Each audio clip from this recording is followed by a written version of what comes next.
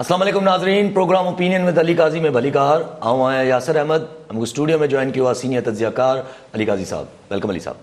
Thank you Yasir. Ali साहब, बिलावल भुट्टो ज़रदारी साहब जेको मरियम नवाज़ साहब सां मिलण विया, उते पंहिंजी ताज़ियत ते विया, उन्हनि जी जेके डेथ थियूं उन्हनि ते पोइ ख़ैरनि जी ॾे वठ बि थी। उन में पोइ बिलावल साहब ऐं मरियम नवाज़ साहब ॿाहिरि अची प्रेस कॉन्फ्रेंस कई। प्रेस कॉन्फ्रेंस में उन्हनि जूं काफ़ी ॻाल्हियूं जेके आहिनि उहे ख़ौफ़नाक बि साम्हूं आयूं, ऐं के ॻाल्हियूं जेके उन्हनि जूं बिल्कुलु नॉर्मल हुयूं। उनजो सभ खां वॾो जेको आहे जलसो कंदासीं असां, जेको लॉन्ग मार्च कंदासीं, सभ खां वॾो लॉन्ग मार्च थींदो। सियासी कुर्बानी असांखे सिंध घुकमण जी ॾियणी पवंदी या न ॾियणी पवंदी, उहा असां CEC में मैटर रखंदासीं। इन केस खे 31 दिसंबर खां पहिरियों असां पंहिंजा सॼा इस्तीफ़ा पाण वटि जमा करे छॾींदासीं। पर पाण ई एक्चुअली अॼु जेका प्रेस कॉन्फ्रेंस कई PDM जे ॿिन्ही अॻुवाणनि बिलावल भुट्टो ज़रदारी ऐं मरियम नवाज़, उन में बिलावल भुट्टो ज़रदारी उहो जेके काफ़ी अरसे खां हिकिड़ो इम्प्रेशन या तासुर जुड़ियल हो त शायदि पीपल्स पार्टी धक ॾेई वेंदी, PDM इतिहाद खे छॾे वेंदी या कुझु ॿियो थी वेंदो, इस्तीफ़ान ते राज़ी न थींदी, सिंध हुकूमत जी कुर्बानी ते राज़ी न थींदी। त अॼु हुन कोशिशि कई बिलावल भुट्टो ज़रदारी साहब त हू हिन इम्प्रेशन खे डिस्पेल करे, तासुर खे ख़तमु करे, ऐं अॼु हुनजी जेका ॿोली ऐं नरेटिव हो बिलावल भुट्टो ज़रदारी साहब जो, उहो बि सवाइ नाला खणण जे बाक़ी लॻभॻि नवाज़ लीग वारो ऐं मौलाना फज़ल रहमान वारो नज़र आयो। अॼु बिलावल भुट्टो ज़रदारी उन ई पिच ते वञी कोशिशि कई त उन ई पिच ते वञी पंहिंजो टेम्पो ज़ाहिर करे जंहिं ते मरियम नवाज़ या मौलाना फज़ल रहमान नज़र अचनि था। यानी बिलावल भुट्टो ज़रदारी चयो त भई असीं बिल्कुलु चिटा आहियूं, यानी मतिलबु बिलावल भुट्टो ज़रदारी ऐं पीपल्स पार्टी बि बिल्कुलु क्लियर आहे त एस्टेब्लिशमेंट जो सियासत मां मुदाख़लत ऐं रोल ख़तमु थियणु खपे। माना हू इहो ऐं अहिड़ी खोड़ ॻाल्हियूं कई ॻाल्हाईंदासीं न जेके हुन जंहिंमां हुन इहो जेको तासुर जुड़ियल हो त शायदि पीपल्स पार्टी PDM खे को डिच करे वञे, को धोखो ॾेई वञे या छॾे वञे या पंहिंजो मौक़ो हल्को रखे, उन्हनि खे अॼु तासुर खे हुन ख़तमु करण जी कोशिशि कई बिलावल भुट्टो ज़रदारी। ऐं हुन चयो त यानी अॼु त थोरो सवायो हो बिलावल भुट्टो, हू चए पियो त इस्टेब्लिशमेंट जेको आहे उहो ॻाल्हियूं बि जेके आहिनि हुकूमत तोड़े इस्टेब्लिशमेंट सां ॻाल्हियुनि जो वक़्तु ख़तमु थी वियो। ठीकु आहे, ऐं इहे ॻाल्हियुनि जो वक़्तु ख़तमु थी वियो आहे। जाना पड़ेगा हुकूमत खे और उनके सहूलतकारों को घर जाना पड़ेगा। तो जॾहिं सहाफ़ी पुछियो त उहो सहूलतकार कौन है, तो बजाय उनके गोल मोल करण जे बिलावल भुट्टो ज़रदारी चयो तो मैंने सहूलतकारों के लिए बहुत से लफ्ज़ बता दिए हैं, जिसमें आप सेलेक्टर्स भी उनको कह सकते हैं, आप उनको इस्टेब्लिशमेंट भी कह सकते हैं। यानी हर इस्टेब्लिशमेंट के घर कीअं पियो मोकिले, मूंखे सम्झ न आई ॻाल्हि, शायदि हू कुझु इंडिविजुअल्स जी ॻाल्हि करे पियो। पोइ यानी हिकिड़ो हुन बिल्कुलु उन वज़ाहती पर एग्रेसिव टोन में, जारहाणे अंदाज़ में पंहिंजी सॼी वज़ाहत ॾेई रहियो त आऊं बि ओतिरो ई उन ई लेवल ऐं पिच ते बीठल आहियां जंहिं ते मरियम नवाज़। हुन खां पुछियो वियो त सिंध हुकूमत जी कुर्बानी ऐं इस्तीफ़ा, त हुन चयो त आऊं सिंध हुकूमत जी कुर्बानी ऐं क़ौमी असेंबली मां पंहिंजे MNAs जी इस्तीफ़ान जी ॻाल्हि खणी, इहो केस खणी त हुकूमत ॾाहिण लाइ इहो ज़रूरी आहे, ऐं पंहिंजी पार्टी जी CEC में वेंदसि। ॾिसो न, ज़ाहिर जॾहिं लीडर जेको पार्टी जो अॻुवाण आहे उहो वञी चवंदो त ईअं करणु खपे त CEC वञणु ईअं हरूभरू त कोन, असां हरूभरू इख़्तिलाफ़ त कोन कंदी। यानी प्रेस कॉन्फ्रेंस जे हद ताईं, मीडिया जे हद ताईं बिलावल भुट्टो ज़रदारी अॼु चिटो चयो त हू ईअं चाहे पियो। ॾिसो, आऊं अची को केस तव्हांजे साम्हूं या 4 मां संगत जे साम्हूं रखां थो त पोइ संगत हलो मिसाल नथी मञे, पर इन जो मतिलबु इहो थियो जॾहिं आऊं केस रखां पियो त आऊं त मञा, आऊं त सम्झां थो न इहो थियणु खपे। सो बिलावल भुट्टो ज़रदारी जी हद ताईं हू जॾहिं चए थो आऊं इहो केस रखंदसि CEC में पंहिंजी पार्टी खे अॻुवाणनि जे साम्हूं, त माना पोइ श्री रमा इख़्तिलाफ़ कंदी छा? भले एतिज़ाज़ असन करे वठे सो करे वठे, लेकिन ज़ाहिर जॾहिं चेयरमैन इहो केस रखंदो त पार्टी जे ॿियनि लाइ ॾुखियो हूंदो। सो अॼु एग्रेसिव टोन हो बिलावल भुट्टो ज़रदारी जो, ऐं उन ई हुन पिच ते अची जेको नरेटिव या बयानियो नवाज़ लीग जो आहे या मौलाना फज़ल रहमान जो आहे, उन ई ॿोली में अॼु बिलावल भुट्टो पाण खे ॻाल्हाईंदे नज़र आयो। वेंदे हुनखे पुछियो त भई तव्हां चयो त तव्हांखे धचको लॻो हो जॾहिं नवाज़ शरीफ़ गुजरावाला जे जलसे में, त उनजी वज़ाहत बि बिलावल भुट्टो कई त बाबा हू मूंखां अंग्रेज़ी में पुछनि पिया, ऐं लफ़्ज़ इस्तेमालु थियो सरप्राइज़्ड। चई मूंखां पुछियो वियो त वर यू सरप्राइज़्ड, छा तव्हां हैरान थिया हो? त मूं चयो त ऐं पोइ बिलावल चयो त भई आऊं तव्हां सभु हैरान थियासीं जॾहिं ओचितो नवाज़ शरीफ इस्टाब्लिशमेंट में इंडिविजुअल्स जा फ़र्दनि जा नाला खयां, पर चई त हम अब सिर्फ एतिरो रहण ॾिनई कि मैं हम उनका नाम इसलिए नहीं रहते कि ये मान रह जाए। सो अॼु जेका पिच हुई बिलावल भुट्टो ज़रदारी जी हू उते ई हुई, यानी मैच अॼु वञी कई पंहिंजे पाण खे, ऐं जेको तासुर हो त न किथे पीपल्स पार्टी, लेकिन इहो त मीडिया में ॻाल्हाई, हाणे जी पाण पंहिंजे हिसाब सां तशरीह कयो था। तव्हां वटि कॉलर आहे? कॉलर न आहे नाली साहब, तव्हां करे वठो। अच्छा ठीकु आहे, कॉलर न आहे। ॾिसो ॻाल्हि इहा आहे त इहे ॿई ॻाल्हियूं माना चीदा ॿ ॻाल्हियूं, त ॻाल्हियूं न कंदासीं इस्टाब्लिशमेंट सां ऐं इस्तीफ़ा। ॾिसो ॻाल्हियूं न कंदा त पोइ छा कंदा? चाहे मरियम नवाज़ चए त ॻाल्हियूं न थींदियूं, चाहे नवाज़ लीग चए, चाहे पीपल्स पार्टी चए, चाहे JUIF चए, चाहे PDM चए, ॻाल्हियूं न थींदियूं। ॻाल्हियूं न थींदियूं त छा थींदो? छा अवामी इनकलाब अची वेंदो? छा टेक अवाम जेको आहे तख़्तो ऊंधो करे छॾींदो? छा ज़ाहिर आहे इहो त न थींदो न। मतिलबु ही को रेवोल्यूशन त इनकलाब आणण जी ॻाल्हि त हू पाण बि न पिया चवनि, हू बि चवनि पिया हुकूमत ख़तमु करणी आहे। त ज़ाहिर आहे जॾहिं प्रेशर विझिबो त को न को वेही ॻाल्हाईंदो ऐं हुनजो को न को वे आउट कढिबो, या त वे आउट पाण ई निकिरी ईंदो, यानी टेको मतिलबु सिविलियन सेटअप ई वेठिजी वेंदो, या अगरि सिविलियन सेटअप बि बकौल बिलावल भुट्टो ज़रदारी खे त असांखे बचाइणो आहे, अहिड़ो मौक़ो न अचणु ॾींदासीं जो को टी धुरनि जो फ़ाइदो वठी वञे, त माना पोइ ॻाल्हियूं त ज़ाहिर थींदियूं, लेकिन फ़िलहाल पंहिंजे मथे रखिणो आहे पंहिंजे बयानीअ खे सभिनी PDM वारनि खे। तंहिंजे करे PDM चए पई त फ़िलहाल ॻाल्हियूं न थींदियूं, ज़ाहिर ॻाल्हियूं थींदियूं आख़िर में। इहो त सम्झण ई आऊं त हिन खे ख़ारिज जो इम्कान, छाकाणि त या त पोइ चवनि त असीं जेको आहे आवाम खणी वेंदासीं ऐं पोइ कब्ज़ो करे वठंदासीं इक़्तिदार ते। हा, अहिड़ो त कुझु बि कोन पिया चवनि, अहिड़ो कीअं थींदो पाण वटि? थियण बि न खपे। सो इहा ॻाल्हि सिर्फ़ु हिन महिल पंहिंजो हिकिड़ो पिच मथे रखण जी आहे। साॻी रीति इस्तीफ़ानि जी आहे। इस्तीफ़ा बिल्कुलु पीपल्स पार्टी जमा बि कंदी, CEC बि इहो ई फ़ैसिलो कंदी, लेकिन इस्तीफ़ा न नवाज़ लीग ॾींदी, न पीपल्स पार्टी ॾींदी, जेसि ताईं लॉन्ग मार्च जो असरु जेको आहे हू मतिलबु ॾिसो हुकूमत खे ख़तमु करण में 70% कमाल जेको हूंदो अवाम जो उहो लॉन्ग मार्च जो हूंदो, बाक़ी जेको 30% कमु बचंदो त उहो इस्तीफ़ा करे छॾींदा, त 100 पूरो थी वेंदो। सो इस्तीफ़ा बि हींअर कोन ॾिबा, लेकिन चवण जी हद ताईं अॼु बिलावल भुट्टो ज़रदारी पीपल्स पार्टी बि पंहिंजी पोज़ीशन खे उते ई आणे बीहारियो आहे जिथे नवाज़ लीग ऐं JUIF या PDM जा ॿिया अॻुवान बीठल हुआ। सो हुन हिसाब सां ही PDM लाइ हिकिड़ी चङी ख़बर आहे, छाकाणि त हिकिड़ो जेको तासुर ॾिनो पियो वियो त भई पीपल्स पार्टी अलॻि सां डील करे वठंदी, छा कंदी, लॻे थो उहो डील न पई थिए। लॻे थो त मतिलबु हाणे लाहौर वारो जलसो बि थींदो, ऐं सो हींअर हू गॾिजी हिकिड़े पिच ते अची बीठा आहिनि। पोइ सभु जेकॾहिं ॻाल्हियूं त थींदियूं आख़िर में अचे, शेख रशीद साहब जी चवाणी त उहो बि पुछिया पियो करे त भई तव्हां अगरि छा कंदो, अगरि ॻाल्हियूं न कंदो छा कंदो, आख़िर छा थींदो अंत में, अगरि आपको बात ई करनी है। हुनजो बि ईअं ई चवणु, अॼु मरियम नवाज़ साहब चवणु त असां 2 ॾींहंनि खां ॻाल्हियूं बि हलनि पियूं त PMLN सां ॻाल्हियूं कनि था पिया गवर्नमेंट जा कोई नुमाइंदा, त मरियम नवाज़ साहब अॼु तस्दीक करे छॾी त भई असां सां ॻाल्हियूं करण जी उन्हनि कोशिशि कई आहे, पर असां हुनखे को जवाबु नथा ॾियूं। पोइ हाणे मतिलबु गवर्नमेंट त रेडी थिए थी। एक्चुअली छा आहे त ॾिसो हींअर जेको मरियम नवाज़ अॼु तस्दीक कई त हुन सां कुझु हुकूमती वज़ीर ॻाल्हाइण जी कोशिशि पिया कनि। हींअर मरियम नवाज़ हुकूमती वज़ीरनि सां कोन ॻाल्हाईंदी, या PDM कोन ॻाल्हाईंदी, फवाद चौधरी सां या शेख रशीद सां या XYZ सां, शामिल कुरैशी सां ॻाल्हाए मिलंदो छा? ॻाल्हियूं त एस्टेब्लिशमेंट सां ई थियणी वञनि देर सवेर। हाणे पर ऐं हींअर बि राब्ता हूंदा, हींअर जॾहिं ॿई धुरियूं इनकार कनि पियूं तॾहिं बि राब्ता हूंदा, किथे बैकडोर में चैनल्स खुलियल हूंदा, लेकिन अञा कुझु PDM खे मिले न पियो। ॻाल्हियूं छा रुगो for the sake of talks त कोन थींदियूं न, talks for the sake of talks त कोन थींदियूं, बसि ॻाल्हियूं बराए ॻाल्हियूं त कोन थींदियूं। कुझु आसरो ॾियो त भई हीउ ॾेई सघूं था, त पोइ को ॾे वठि थींदी न। बाकी शेख रशीद भी ये चहे पे, तो फिर अगर हुकूमत से बात नहीं करेंगे तो किससे करेंगे? वो बताए ना, ज़ाहिर किससे करेंगे? मैं बता रहा हूँ एस्टैब्लिशमेंट से करेंगे। ठीक है, इधर कॉलर उठी हूँ, शमसुद्दीन कुरैशी सकरमा। जी कुरैशी साहब, क्या कहना चाहेंगे? अस्सलाम वालेकुम। वालेकुम सलाम।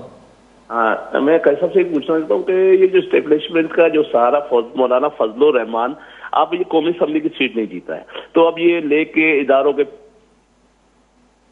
تم یہ بتاؤ کہ تمہارا خرچہ کدھر سے آتا ہے؟ اتنا خرچہ تمہارا ہوتا ہے، تم پیجاروں کا خرچہ، پیجاروں کا ڈیزل کا خرچہ اتنا کدھر سے تمہارے پاس آتا ہے؟ تم کیا مدرسوں کے چندوں کے پیسوں سے لے کے چلتے ہو؟ اور پھر تم اداروں کے پیچھے لگے ہو کہ تم نے کوئی قومی اسمبلی کی سیٹ نہیں جیتی تو جیتے. کل تک یہ نواز شریف محترمہ بے نظیر بھٹو صاحبہ کو یہ رسک کہتا تھا کہ پاکستان کے لیے رسک ہے اس کے دوسرے، آج یہ بھی اسی کے اداروں کے خلاف اسٹیبلشمنٹ کا نعرہ لگا. اسٹیبلشمنٹ کیا ہے؟ یہ صرف اور صرف یہ اپنوں کو اندر تو گریبان میں فضل الرحمان جہاں کے بی بی. ٹھیک ہے قریشی صاحب. قریشی صاحب کافی ناراض نظر آ رہے ہیں اور یہ برہم ہے آپ پر. کوئی صاحب وہ تو یہ سوالات آپ ان سے کر لیں کہ کون کہاں سے پیسے لا رہا ہے، یہ مجھے نہیں پتا. لیکن اگر صرف آپ کا بولنا فرمانا یہ ہے کہ مولانا فضل الرحمان قومی اسمبلی کے ممبر بھی نہیں ہے تو مریم نواز بھی نہیں ہے. جی ہاں، نواز شریف. اچھا، پھر ایک زمانے میں آپ کو یاد ہوگا کہ ایک الیکشن ہوئی تھی جس میں پیپلز پارٹی کیا صرف 17 سیٹیں پورے ملک سے جیتی تھی، تو کیا پیپلز پارٹی کیا ٹانگا پارٹی بن گئی تھی کیا؟ یہ وقت اور حالات ہوتے ہیں. نواب نصر اللہ خان جو تھے وہ صرف ایک اس پر ایک سیٹ ہوتی تھی ان کے پاس، اور وہ ہمیشہ جو اپوزیشن کا اتحاد بنتا تھا اس کے سربراہ ہوتے تھے. دور کو چھوڑیں، آج شیخ رشید صاحب کو عمران خان صاحب نے وزارت داخلہ کا عہدہ دیا ہے. وزارت داخلہ نیکسٹ ٹو پرائم منسٹر ہوتا ہے، بہت امپورٹنٹ پورٹ فولیو ہوتا ہے، بہت اہم پورٹ فولیو کہلایا جاتا ہے یہ ہوم منسٹری، یہ انٹیریئر منسٹری. مطلب تصور ہوتا ہے کہ سینئر موسٹ آدمی کو وہ دیا جا رہا ہے، اپنی پارٹی میں سے دیا جاتا ہے. عمران خان صاحب نے وہ عہدہ اٹھا کر اپنی پارٹی کے آدمی کو ہٹا کر شیخ رشید صاحب جو ان کے اتحادی ہیں اور ایک ہی سیٹ عوامی مسلم لیگ کے وہ سربراہ ہیں، ایک ہی سیٹ، ان کو اپنی حکومت میں اہم ترین عہدہ اٹھا کے دے دیا ہے. تو یہ معاملات کہ کون سیٹ جیتا نہیں جیتا، یہ اتنی اس کی کوئی اتنی تاریخ میں اہمیت اس وقت نہیں ہے. اور وہ تو کہتے ہیں الیکشن ہی فراڈ تھے. آپ نے فرمایا وہ تو حکومتی وزراء بار بار کہہ رہے ہیں، ان کو یاد دلا رہے ہیں کہ جی نواز شریف نے بی بی کو یہ کہا تھا، اور وہ تو دونوں نے جو ایک دوسرے کے ساتھ کیا تھا 88 سے 99 تک، پیپلز پارٹی نے نواز لیگ اور نواز لیگ نے پیپلز پارٹی کے ساتھ، وہ تو محترمہ شہید خود اپنی زندگی میں بخش کے چلی گئی نا. وہ جب چارٹر آف ڈیموکریسی سائن کر دیا، وہ تو دونوں نے سائن کر، تو غصہ تو محترمہ کو زیادہ ہوتا نا، آپ کو یا مجھے کیسے ہوگا. تو وہ تو خود چھوڑ کے، وہ تو جب انہوں نے نواز شریف کے ساتھ چارٹر آف ڈیموکریسی سائن کیا میثاق جمہوریت، تو وہ اپنے گلے شکوے تو دفن کر گئے. تو آپ کو یا مجھے یا حکومتی وزیروں کو، ہم کس کو، یہ بلاول کو یا کس کو کیا یاد دلا رہے ہیں؟ اور یہ تو ان کا مسئلہ ہے، ہمیں کیوں غصہ آنا چاہیے اس میں. ٹھیک علی صاحب کالر نے سناگت اللہ بخش نارے جو گمبٹ ماں. جی نارے جو صاحب چا چونا چاہیے. السلام علیکم سائن قاضی صاحب، لکھ لکھ वाधायूं हुजनि. ایک کتاب یہ ہے जे कामयाबीअ जूं.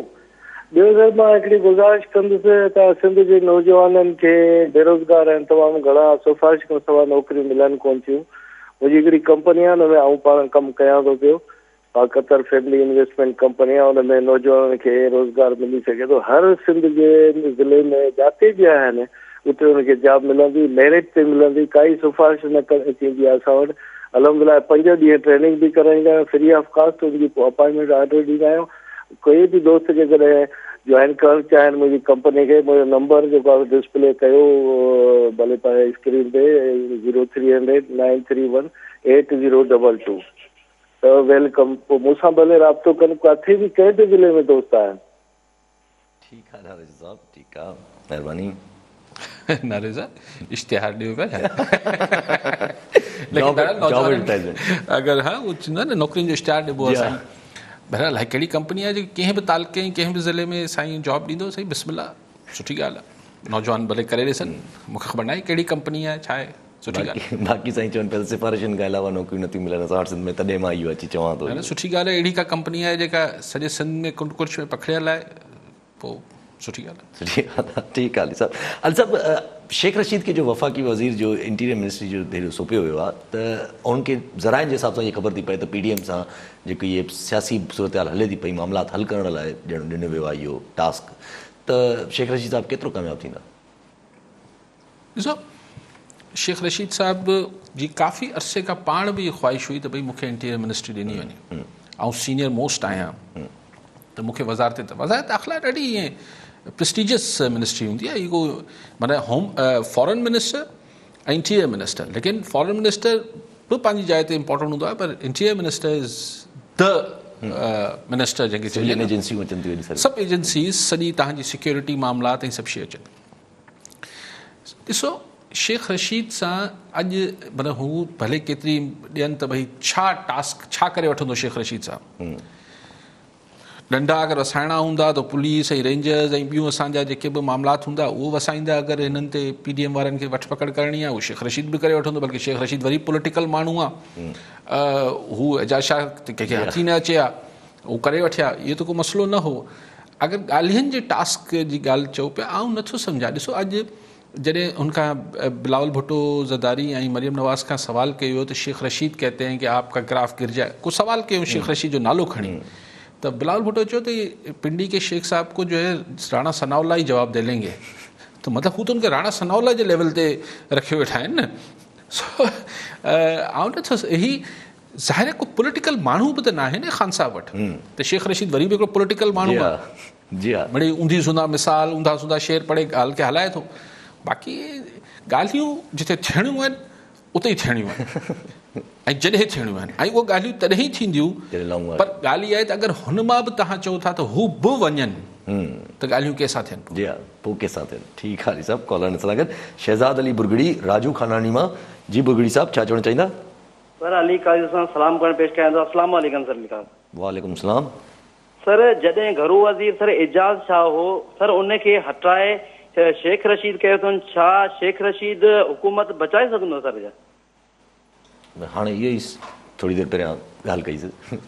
सही, हुकूमत अलाह त ख़ैर हर शइ ते क़ादिर आहे. उहो त बाक़ी दुनियावी हिसाब सां हुकूमत जिन्हनि आंदी आहे, जिन्हनि हिन महिल ताईं बचाई आहे, उहो ई कोशिशि कंदा बचाइण जी. ऐं हुननि जा बि ॾिसणो पवंदो त किथे किथे को ॿी सोच त नथी अचे. अगरि PDM फ़िलहाल त लचक न पई ॾेखारे, घटि में घटि मतिलबु मीडिया में पब्लिक में चए थी ॻाल्हियूं बि न थींदियूं, हीअ बि न थींदो, बसि टकराउ थींदो, हीअ थींदो, हुकूमत ॼाण वई. छाकाणि त ख़ुदि हू मतिलबु हिकिड़ी क्लियर ॻाल्हि जेको मौलाना फज़ल रहमान बि करे वेठो आहे, सभु चवनि था त भई छाकाणि त एस्टेब्लिशमेंट हाणे धुर थियो बीठी आहे हुकूमत सां. सो हाणे हिन में एस्टेब्लिशमेंट खे आऊं ख़ैर मुफ़्त मशवरा पाण केरु आहियूं जेको ॾींदासीं ऐं कहिड़ा पंहिंजा मशवरा केरु मञी वठंदो. लेकिन असां वटि माज़ी में इहो थियो आहे त एस्टेब्लिशमेंट पंहिंजे पाण खे काफ़ी हद ताईं घटि में घटि परसेप्शन इहो रखंदी आहे त असीं अणधुरिया आहियूं, त ई हू विच में ॻाल्हियूं कराईंदी आहे. पर अगरि हू सफ़ा जीअं हींअर धुर थिया बीठा आहिनि त पोइ ख़बर न आहे त रिज़ल्ट छा निकिरंदो. रिज़ल्ट ॾिसो ॿ निकिरी सघनि था न, सिधा रिज़ल्ट आहिनि न. हिकिड़ो इहो आहे त हीउ माण्हू कढण में नाकाम थी वञनि PDM वारा, पोइ त बसि कंहिंखे कुझु करण जी ज़रूरत न आहे. अदरवाइज़ ॿ ई आहिनि त हुननि सां ॻाल्हियूं करे हुननि खे यकीन ॾियारिजे त बाबा ठीकु आहे असीं अणधुरिया थी विया आहियूं, असीं हुआसीं ख़ान साहब सां, पर हाणे अगरि ख़ान साहब तव्हां चओ था त पोइ अचो तव्हां जेको मतिलबु हिकिड़ो सिविलियन सियासी हल कढी ॾियूं तव्हांखे. तव्हां साल छॾे ॾियो, साल खां पोइ इलेक्शन कराए वठूं था, 2 साल छॾियो, 6 महीना छॾियो, हुकूमत हीअं थिए, जेको बि विच में ॻाल्हियूं थियनि, ॿी इलेक्शन हीअं कराए वठिजे, हीअं तव्हांखे जेको आहे अकोमोडेट करे वठिबो, इन हाउस चेंज जो ऑप्शन, इहे थींदियूं सियासी ऐं आइनी हदनि में रहंदी सिविलियन हल, मसइले जो सिविलियन हल. पर जे न त पोइ गैर सिविलियन हल निकिरंदो. टी त ॻाल्हि न थींदी. ठीकु आहे अली साहब. कॉलर सां गॾु तुफ़ैल जमाली नवाबशाह मां. जी जमाली साहब, छा चवणु चाहींदा? सर असांजो साईं जन खां हिकिड़ो सुवालु आहे त शेख रशीद साहिब जिन खे पोएं दफ़े बि जेको आहे जेके परवेज़ मुशर्रफ जी गवर्नमेंट यूनाइटेड में बि रेलवे जी वज़ारत ॾिनी वई, ऐं उन मां जब अलाह जी महिरबानी सां रेलवे ॾाढी तरक़ी कई जेका सभिनि ॾिठी, ऐं उन खां पोइ वरी जॾहिं हींअर रेलवे जी वज़ारत शेख रशीद खे मिली त उन खां पोइ अलाए केतिरा वाक़िया थिया ट्रेनुनि सड़ण जा ऐं ट्रेनूं जेको आहे किरण जा, ऐं उन खां पोइ शायदि कारकर्दगी मां ख़ुशि थी वरी हुनखे घरु वज़ारत ॾिनी वई आहे. मां त सम्झां थो त हीअ शायदि PDM वारनि खे कुटको ॾियण जे लाइ शायदि कोई तयारी थी रही आहे हुनजी, बाक़ी कारकर्दगी त शायदि शेख साहब खां का बि कान्हे.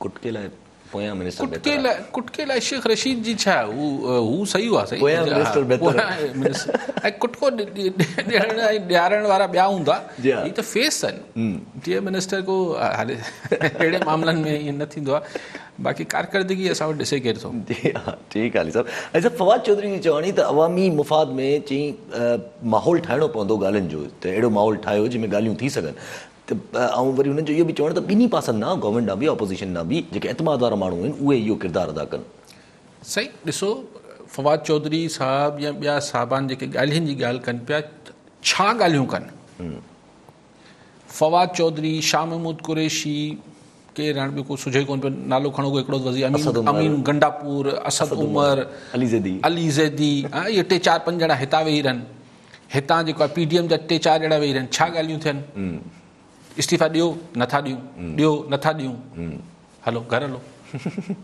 इहो त को मसइले जो ॻाल्हियूं छा थी थियनि ही को तरमीम आइन में थिए पई जिते ॻाल्हियूं थियनि त ही शिक हणी छॾियूं ही शिक कढी छॾियूं ॾे वठि करे वठो ऐं ॿी ॻाल्हि इहा आहे त छा असद उमर ऐं अमीन गंडापुर या फलाण या अली ज़ैदी इहो को फ़ैसिलो ही कंदा छा या ख़ुदि इमरान ख़ान कंदो छा त असीं वञूं था हिकिड़ो पॉलिटिकल सोल्यूशन थी सघे थो त अगरि असांजी इस्टाब्लिशमेंट ही ॾिसे थी त ही वाक़ई में एतिरो वॾो हाइप क्रिएट थिए पई लाहौर जो जलसो तमामु वॾो थी वञे थो ऐं पोइ चयो वञे थो तमामु घणा माण्हू तयारी इंफॉर्मेशन त अची वञे थी न त ही एतिरो तजुर्बो थी वियो आहे सभिनी खे त ही जलसो वॾो ही लॉन्ग मार्च वॾो थींदो या न थींदो त पोइ इमरान ख़ान पॉलिटिकल डिसीजन वठे हू चयो ओके तव्हां सां न ॻाल्हाईंदसि चाहे कुझु बि थी वञे पाण तूं चवां हलो इलेक्शन था करायूं इलेक्शन था करायूं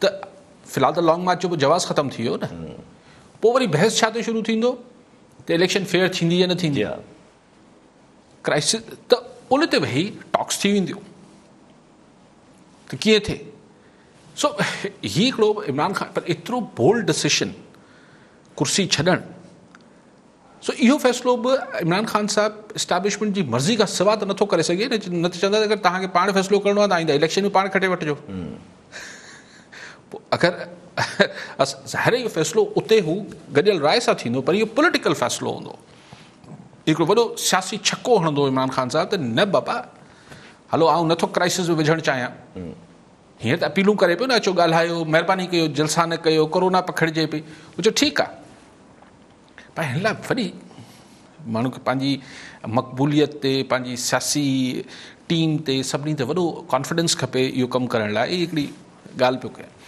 लेकिन क्राइसिस ॾिसो अॼु अगरि जीअं अॼु पीपल्स पार्टी स्टैंड क्लियर बिल्कुलु चिटो करे बीठी CEC खां अप्रूवल त हिकिड़ी फॉर्मेलिटी आहे न पंहिंजा पाण में हूं छा थींदो माना CEC रद्द करे छॾींदी न बिलावल भुट्टो ज़रदारी जी जेका तजवीज़ असीं नथा मञूं असीं हुकूमत न छॾींदासीं बिलावल साहब डेमोक्रेटिक त आहिनि डेमोक्रेटिक आहिनि पाण सभु डेमोक्रेटिक आहियूं बिलावल साहब अगरि चवनि त तव्हां मञा थो CEC जो पाण सभु डेमोक्रेटिक आहियूं सम्झो नथा तव्हां सम्झो कोन्हे पर सभु तमामु जमहूरी आहियूं पर थींदो उहो ई आहे जेको बॉस चवंदो आहे न so boss is always right so ॻाल्हि इहा आहे त बॉस चए पियो तव्हां सम्झो कोन पिया सम्झो न सभिनी खे सम्झणो पए थो छाकाणि त हुते ज़ाहिर एतिरो कीअं थींदो त ओचितो पार्टी चवंदी न असीं बिलावल भुट्टो ज़रदारी जी चेयरमैन जी ॻाल्हि ई नथा मञूं बॉस जी ॻाल्हि नथा मञूं त पोइ ॾिसो इहो अगरि ईअं थिए थो ऐं सिंध गवर्नमेंट वाकई में रिज़ाइन करे थी ॾिसो सिंध में त मुराद अली शाह साहिबु as chief minister Sindh assembly जी डिज़ोल्यूशन लाइ बि लिखी सघनि था न ठीकु आहे पोइ कोर्टनि में चैलेंज थिए थो छा थो थिए उहो बात जी ॻाल्हि आहे लेकिन हींअर अक्सरियत इंजॉय कनि पिया सो पीपल्स पार्टी अगरि हिन लेवल ते वञे पई त हुनखे ज़रूरु कैलकुलेशन हूंदी त 12.5 साल हू इक़्तिदार में रही आहे पीपल्स पार्टी सिंध में अगरि हुकूमत मां वेंदी ऐं विच में वक़फ़ो अची वियो त खोड़ स्टेटस को टुटी पवंदो न हीउ जेको जमूद आहे 12.5 सालनि जो इहो टुटी पवंदो त पीपल्स पार्टी खे हुनखे बि फेस करिणो पवंदो सो अगरि हू हेतिरे फ़ैसिले लाइ वेंदा ऐं सम्झां थो त हाणे देरि कोन्हे अगरि जनवरी जे आख़िरी हफ़्ते में लॉन्ग मार्च थियणु वञे पियो का बि तारीख़ 15, 18, 20, 22 जेका 25, 26 त ज़ाहिर लॉन्ग मार्च वञी पहुचंदो, 2-3 ॾींहंनि में अगरि उते उहो माहौल जुड़ी वियो ऐं हुकूमत पोइ बि जेको आहे ज़िद करे बीठी हूंदी त न नथा असीं वञूं, त पोइ हुकूमत छॾणी पवंदी, इस्तीफ़ा ॾियणा पवंदा। यानी पीपल्स पार्टी जी गवर्नमेंट पोइ सिंध में हाणे पाण सम्झूं त 1.5 महीने जी महिमान मतिलबु पाण महिमान ईअं न त कढेसि थो, पर ज़ाहिर आहे पाण चई चुका आहिनि। सो पीपल्स पार्टी अगरि 1.5-2 महीननि में हुकूमत सिंध में हुकूमत छॾे ॾिए थी त पोइ सवाल पीपल्स पार्टी वटि हूंदो त हू हिते छाकाणि त अक्सरियत में आहे त अक्सरियती MPs अगरि इस्तीफ़ा ॾेई छॾींदा त असेंबली डिज़ोल्व थी वेंदी। इहा ॻाल्हि वफ़ाक़ी हुकूमत में क़ौमी असेंबली में कोन थींदी, छाकाणि अक्सरियत हुते PTI हुननि जे भले 7 माण्हुनि जी आहे, हुते वॾो सियासी ख़ला पैदा थी वेंदो। पंजाब असेंबली में वॾो सियासी ख़ला पैदा थी वेंदो, पर सिंध में त मुर्गो हुकूमत हली वेंदी ऐं हुकूमत हली वेंदी त पोइ न वेंदी। So it's a crisis. सो इहो को एतिरो ही हिकिड़ो जेका मंज़रकशी पाण कयूं पिया जेको हवा में न पिया कयूं, हीअ जेको हींअर ताईं पाण जे साम्हूं फिगर्स आहिनि, हीअ ॻाल्हि होॾे वञे पई, इहा वञे पई। ठीकु आहे अली साहब, कॉलर सां गॾु अली असगर मीरासी वारे मां। जी मीरासी साहब, छा चवणु चाहींदा? साईं अली काजी साहब खां नंढो हिकिड़ो सुवाल आहे। PTI जी दावा रही आहे त हिननि वटि तब्दीली पसंद सीनियर टीम मौजूदु आहे, पर अॼु 1 सीटर शेख रशीद अहमद खे अहम घरू वज़ारत सां नवाज़ियो आहे। छा PTI वटि को अहिड़ो अहम पंहिंजी पार्टी मां अहल माण्हू अॻवान मौजूदु न हो जंहिंखे हिकिड़े अहम ज़िम्मेवारी जेको वॾो उहिदो आहे वज़ीर आज़म खां पोइ घरू वज़ारत जो उहिदो हूंदो आहे, उन पंहिंजी PTI जी चूंडियल नुमाइंदनि मां कंहिंखे ॾिनो वञे हा, ऐं जेको शेख रशीद इत्यादी आहे, इहो छा सबबु आहे? ठीकु आहे मेरा साहब, सबबु त पाण डिस्कस कयो त सम्झनि था त हिकिड़ो अगरि प्रेस में सिर्फ़ु ॻाल्हाइणु हुजे, ॾिसो ॻाल्हि इहा आहे त शेख रशीद भले इमरान ख़ान साहब सां गॾु हुजे हींअर, पर हू परवेज़ मुशर्रफ साहब गॾु हो, कंहिं ज़माने में ज़ियाउल-हक़ साहब जी एस्टेब्लिशमेंट जो बि हिसो हो, नून लीग पिंडी मां बि चूंडियल आहे, त पोइ मुंहिंजे ख़्याल आहे त हू हिकिड़ो पुल जो किरदारु अगरि, छाकाणि त हू सिर्फ़ु इमरान ख़ान साहब सां त कमिटेड न आहे न, हू पिंडी जो नुमाइंदो आहे, त थी सघे थो त हू कुर्सी मटाए टोपी मटाए अची चए त हाणे आउं पिंडी जे नुमाइंदे तौरु तव्हां सां ॻाल्हायां थो, अचो को विच सिर्फ़ु CBMs बि त क्रिएट थींदा न। सो लेकिन शेख रशीद साहब ही पंहिंजे लाइ असाइनमेंट अगरि हुनखे मिलियो आहे या पाण फरमाइश करे वरितो अथसि, हिन में शेख रशीद साहब जे चौधरी निसार साहब ओवर स्मार्ट थींदो हो नवाज़ लीग जे दौर में, उहो बि घरू वज़ीर हो, ऐं उन महिल जॾहिं प्रोग्राम कंदो त चवंदुसि यानी ओवर स्मार्ट पिया थियनि, अकले कुल पिया थियनि चौधरी निसार साहब। अॼु चौधरी निसार साहब जो पाण खे ज़िक्र फ़िक्र ई नथो ॿुधण में अचे। सो शेख रशीद साहब पंहिंजे लाइ पंहिंजे पॉलिटिकल कैरियर में आउं सम्झां थो सभिनी खां टफ टास्क हुन वरितो आहे। ठीकु आहे अली साहब, कॉलर सां गॾु एजाज़ शाह दादूमा। जी शाह साहब, छा चवणु चाहींदा? सलाम। वालेकुम सलाम। मेडिकल साहब खां सवाल आहे, मुराद अली शाह चए थो त असां वटि इस्तीफ़ाऊं खीसे में पियोन थियूं, असांखे हुकुम थिए त असां इस्तीफ़ाऊं ॾेई छॾींदासीं, छा ई वाकई इस्तीफ़ाऊं ॾेई छॾींदा? ॿियो अली साहब जेको सिंध मां धरती सां टोपीअ जा ॾींहं जो जेको रखियो आहे, इहो सॼो क्रेडिट अली साहब खे वञे थो। असां पाण मल्हायूं पिया, असांजा बचड़ा मल्हाइनि पिया, जीअं अली कारी साहब सिंध धरती मां जो कर्ज़ु लाथो आहे, शायदि कंहिं सिंधी अॻ में लाथो हुजे। जस लाणे अली कारी साहब। ठीकु आहे, सही इस्तीफ़ा मुराद शाह साहब जो बयान त खीसे में खणी, बिल्कुलु सही। अगरि लीडरशिप फ़ैसिलो करे छॾींदी, बिलावल भुट्टो ज़रदारी अॼु चिटो ॻाल्हायो आहे, हिन खां पोइ बल्कि सख़्तु ॻाल्हायो आहे, बल्कि गैर लचकदार थी ॻाल्हायो आहे। पहिरीं अक्सर पीपल्स पार्टी लीडरशिप लचक हूंदी, अॼु त मतिलबु हू साॻी जीअं मूं शुरू में प्रोग्राम में चयो त अॼु मरियम नवाज़ लीग पीपल्स पार्टी ऐं JUI जो उहो नैरेटिव जंहिं बयानीअ जी ॻाल्हि नवाज़ लीग सां जुड़ियल हुई, अॼु साॻियो बयानियो ओढ़ी शद ऐं मद सां, ओतिरी शिदत ऐं शद ऐं मद सां बिलावल भुट्टो ज़रदारी बि खयो बीठो। सो हाणे हिन में यू टर्न वठणु या वापसी थियणु ॾुखी थी पवंदी। अगरि PDM जो इसरार अची वियो त हाणे इस्तीफ़ा ॾियो, त ही प्रेस कॉन्फ्रेंस जी क्लिपिंग जेका अॼु कई आहे बिलावल साहब, इहा रिकॉर्ड ते त आहे न, हाणे ॾुखियो थींदो। ऐं मुंहिंजे ख़्याल आहे एतिरो ओवर कमिट कयो आहे बिलावल भुट्टो ज़रदारी जो हाणे शायदि हू ॾियण जी सोच बि करे वरिती अथसि। लेकिन ॾींदा ही PDM सभई PDM सिर्फ़ु पीपल्स पार्टी न ही ॾींदा लॉन्ग मार्च खां पोइ जेको अंदाज़ो थिए थो ऐं लाहौर जो जलसो बि हिन में हिकिड़ो इम्पॉर्टेंट फैक्टर हूंदो। ॿी ॻाल्हि साईं जेका शायदि एकता ॾियारे जे हवाले साईं तव्हांजी वॾी महिरबानी, तव्हां सभु जस लहो साईं, सॼे सिंध जा माण्हू जस लहनि। ठीकु आहे साहब। कॉलर सां गॾु एडवोकेट गुलाम रसूल सिंधी चूड़ जमाली मां। जी सिंधी साहब छा चवणु चाहींदा? ख़ुशि आहियो? जी जी अलहमदिल्ला साईं।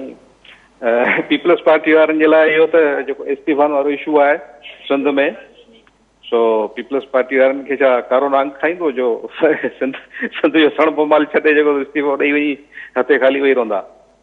इहा ॻाल्हि पॉसिबल आहे? अच्छा माण्हुनि खे थोरो ॾुखियाई सम्झ में इन करे पीपल्स पार्टी लाइ नुक़सानु त आहे न, तमामु घणो नुक़सानु आहे न। ॾिसो पाण जो गुलाम रसूल साहिब ॻाल्हि कनि पिया उहो त सफ़ा ठेठ सिंधी में चवनि पिया, पर पाण इहे ॻाल्हियूं सभु कंदा रहियासीं। अॼु बिलावल भुट्टो ज़रदारी बि इहा ई ॻाल्हि चई करे तो ऐसा तासुर दिया जा रहा था।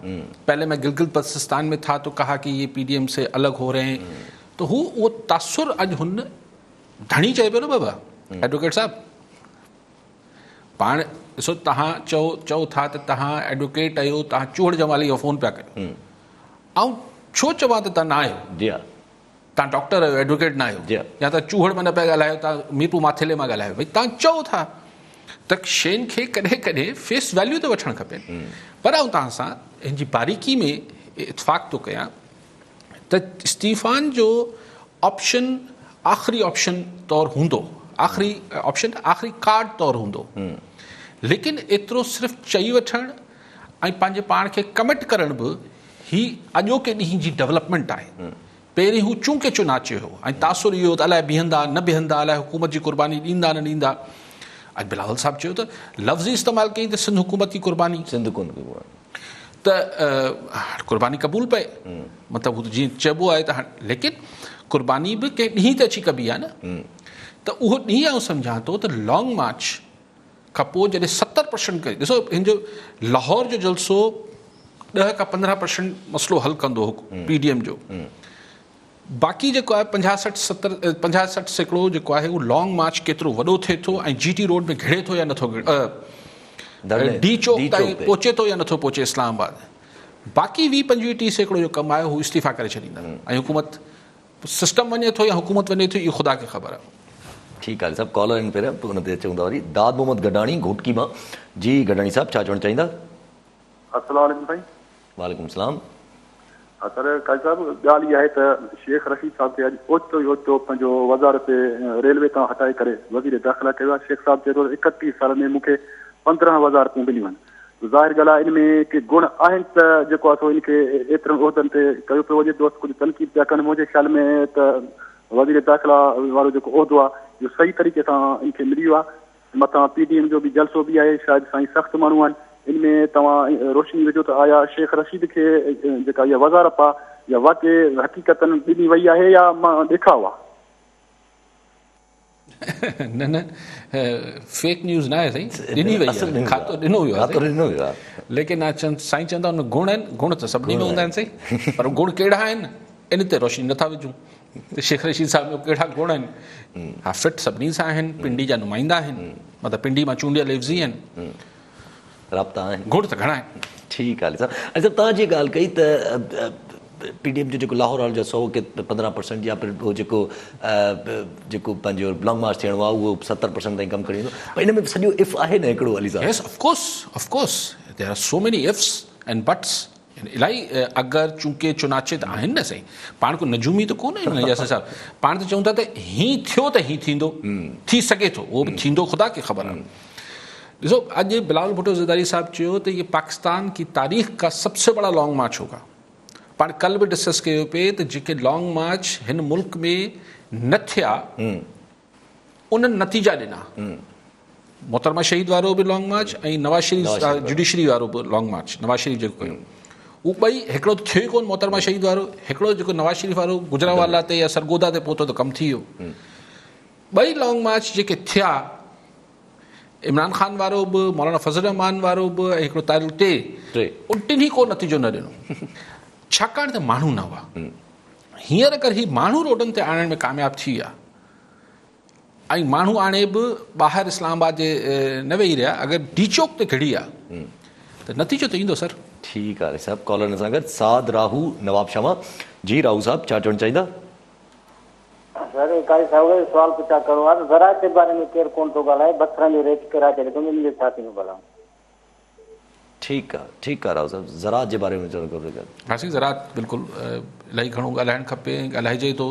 अॼु बि मुज़ाहिरो थियो टमाटर ऐं बसर हिननि जी जेका इम्पोर्ट्स जो इशू आहिनि, मुख़्तलिफ़ इशूज़ आहिनि सभु ॻाल्हि। सभु हिकिड़ो सवालु अचे थो पियो त तव्हांजी ॻाल्हि सॉरी आउं कटियां, जेको तव्हां चयो न अगरि इफ़ ज़ाहिरी अगरि आहिनि, मिसाल हाणे कॾहिं सुभाणे परीं आहे लाहौर में जलसो, हिते माण्हू न आया त पोइ त अगरि त थींदो न। हाणे इहा ॻाल्हि थी पाण खे, लेकिन मूंखे नथो लॻे त माण्हू न ईंदा। लेकिन मूंखे इहा सिर्फ़ु पक न आहे त माण्हू वाकई में लॉन्ग मार्च वारा आहिनि या न न न लखे माण्हू, मतिलबु लखे सां मुराद इहा आहे त मुल्तान खां टीड़ ते वॾो जलसो थींदो या न थींदो। मुल्तान जहिड़ो अगरि जलसो थी वियो त ठीकु आहे, लेकिन अगरि मुल्तान वारे जलसे खां टीड़ त लाहौर में थी वियो, यानी 1.5-2 लख माण्हू जमा थी विया, पोइ तव्हां ॾिसो त लॉन्ग मार्च खां अॻु कई शयूं लुॾी वेंदियूं। लाहौर आहे, लाहौर में थी वियो त शयूं लुॾी वेंदियूं, पर हाणे अगरि आहे। जी हा, ठीकु आहे साहब, कॉलर सां गॾु इफ्तिकार भट्टी कराची मां। जी भट्टी साहब, छा चवणु चाहींदा? मूं काई साहब सां इहो पुछणु थी चाहियो त इमरान ख़ान जेका हिनखे दावत ॾिए थो त पार्लियामेंट में अची ॻाल्हायूं, त उहो पार्लियामेंट में कहिड़े क़िस्म जी ॻाल्हि थींदी, हू छा थो चाहे त पार्लियामेंट में कहिड़े मसइले ते ॻाल्हाइजे, छा कजे, त उहो थोरो मशवरो करूं, काई साहब पुछूं त तव्हांजो ख़्यालु छा आहे हिन बारे में? ठीकु आहे सभु इन सां ई रिलेटेड हिकिड़ो मां बि सवालु करे वेठा त तव्हां जीअं ॻाल्हि कई त अल्टीमेटली ॻाल्हि अची बीहंदी त हाणे जेको इलेक्शन जेको थियणो आहे, मिसाल जी ॻाल्हि अगरि लॉन्ग मार्च खां उहो फ़ैसिलो अची थो वञे त ॻाल्हि अची बीहंदी त हाणे इलेक्शन जेको थियणो आहे उहो थिए थो सही या नथो थिए, पोइ कोई हिकिड़ो सेटअप अचे जेको ॻाल्हियूं करे इलेक्शन, जॾहिं उहा ज़ाहिरी ॻाल्हि आहे पोइ कानून साज़ी सां ई अमल थींदो, त हीअ बि त जेको पार्लियामेंट में घुराइनि था पिया त पोइ इहो कानून साज़ी लाइ घुराइनि था पिया, अचो कानून साज़ी करे। न न न न हीअ ॾिसो, जंहिं बि इमरान ख़ान खे इहो मौक़ुफ़ वठण लाइ चयो आहे त अचो पार्लियामेंट में ॻाल्हाए, खाम में इमरान ख़ान जी ग़लति सही जेका बि हुनजी पोज़ीशन है उनके कमज़ोर पिया कनि।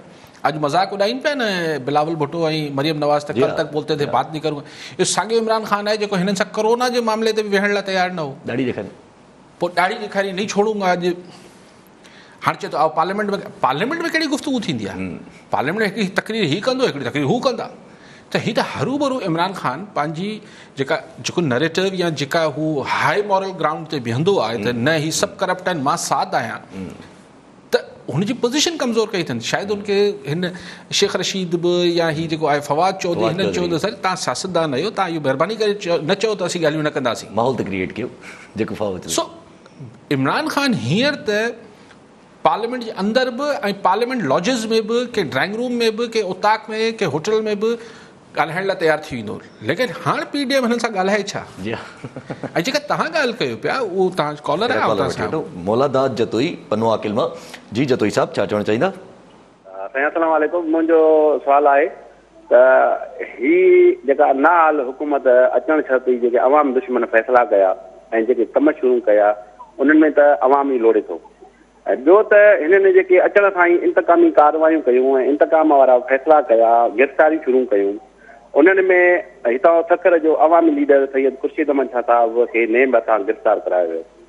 15 महीना गुज़री विया आहिनि, उनजे मथां को सबूत नेब पेश न करे सघी आहे अॼु ताईं, ऐं न ई वरी उनजी ज़मानत थी बहाल कई थी वञे, ज़मानत कई थी वञे, हू बेगुनाह कैद आहे।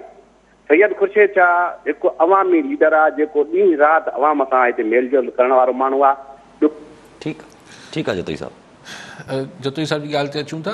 तव्हां जेके ॻाल्हि कई त अगरि मामिलो एसि ताईं अची वियो त ॿीहर चूंडूं कराइजनि, आम चूंडूं कराइजनि, चाहे इमरान ख़ान जे ऐलान जी सूरत में इहो थिए, चाहे एस्टेब्लिशमेंट को ठा करे जीअं बि थिए, त पोइ कानून साज़ी हू हुन महल जो हिकिड़ो नओं इशू क्रिएट थी वेंदो त केरु कराए, जुडिशरी कराए, छा हू जेको विच जो केयर टेकर पीरियड आहे उहो 3 महीने खां वधाए 6 महीना 8 महीना कयो वञे, छा ढाका फार्मूला, हिते उहो ढाका फार्मूला जी ॻाल्हियूं शुरू थी वञनि थियूं त जीअं ढाका में हुते जो चीफ जस्टिस जेको सुप्रीम कोर्ट जो उहो चीफ एग्जीक्यूटिव थी वियो ऐं हुन चयो त आऊं त चूंडूं करायां, जेका पोइ हसीना वाजिद आई, पोइ अॼु ताईं वई कोन। सो हिते हाणे मुख़्तलिफ़ थ्योरीज़ आहिनि, पर इहो इलाही अॻिते जी ॻाल्हि आहे, पाण एतिरो छलांगू न हणूं। बाक़ी साईं जेका ॻाल्हि कई सही, हुनजो त नरेटिव इमरान ख़ान जो हो न, त भई सबको अंदरि डाल दूंगा। हाणे ख़ुर्शीद शाह जहिड़ो माण्हू, ॾिसो मतिलबु हाणे इल्ज़ामात त हिन सियासत में कंहिं ते न आहे, लेकिन ख़ुर्शीद शाह हिन ॻाल्हि सां इतफ़ाक़ कयां थो त हिकिड़ो फ़हमीदो माण्हू ऐं हिकिड़ो पॉलिटिकल वर्कर हेठां मथे आयो आहे, माण्हुनि सां हुनजी हिकिड़ी तमामु घणी केमिस्ट्री आहे, आम माण्हू वर्कर हुन सां कंफर्टेबल रहे थो, ऐं क़ौमी असेंबली में अगरि हू वेठो हुजे हा अपोज़िशन में त ज़ाहिर हुनजो हिकिड़ो रोल हुजे हा, पर वाक़ई में काफ़ी डिघे अरसे खां हा क़ैद में आहिनि। सो आई एग्री विथ। ठीकु आहे साहब, कॉलर सां गॾु ज़ुल्फ़कार खाकी हैदराबाद मां। जी खाकी साहब, छा चवणु चाहींदा? सर हिकिड़ो सुवाल ज़हन में अचे थो त इमरान ख़ान साहब जी जेका हुकूमत जॾहिं खां इक़्तिदार में आई आहे त महांगाई तमामु वधी आहे, अवाम जा अहंज बि वधी विया आहिनि, माण्हुनि जो ख़र्च पूरो कोन थो थिए, ऐं एॾी वॾी का वॾी हासिलात बि बैन अल-अक़वामी सतह ते इहा हुकूमत कोन करे सघी आहे, ख़ासि करे कश्मीर इशू जे बारे में या सिंधु नदी जो जेको पाणी आहे उन हवाले सां इमरान ख़ान जी हुकूमत को वॾी हासिलात कोन कई आहे। त मुंहिंजे ज़हन में हिकिड़ो सुवाल अचे थो त हिकिड़ी अहिड़ी हुकूमत जेका अवाम खे रिलीफ न पई ॾेई सघे, इवन अटो सस्तो न पई कराए सघे, खंडु सस्ती न पई कराए सघे, ऐं इंटरनेशनल मुआज़ ते बि को वॾो कारनामो न पई करे, त हुनखे इस्टेब्लिशमेंट जो जेको असीं हिकिड़ो इशारो माण्हू ॾियनि था त भई इन हुकूमत खे इस्टेब्लिशमेंट जी हिमायत हासिल आहे, सो इहा ॻाल्हि मूंखे सम्झ में कोन थी अचे त आख़िर इस्टेब्लिशमेंट अहिड़ी हुकूमत जी हिमायत छो कंदी जेका ठीकु आहे खाकी साहब।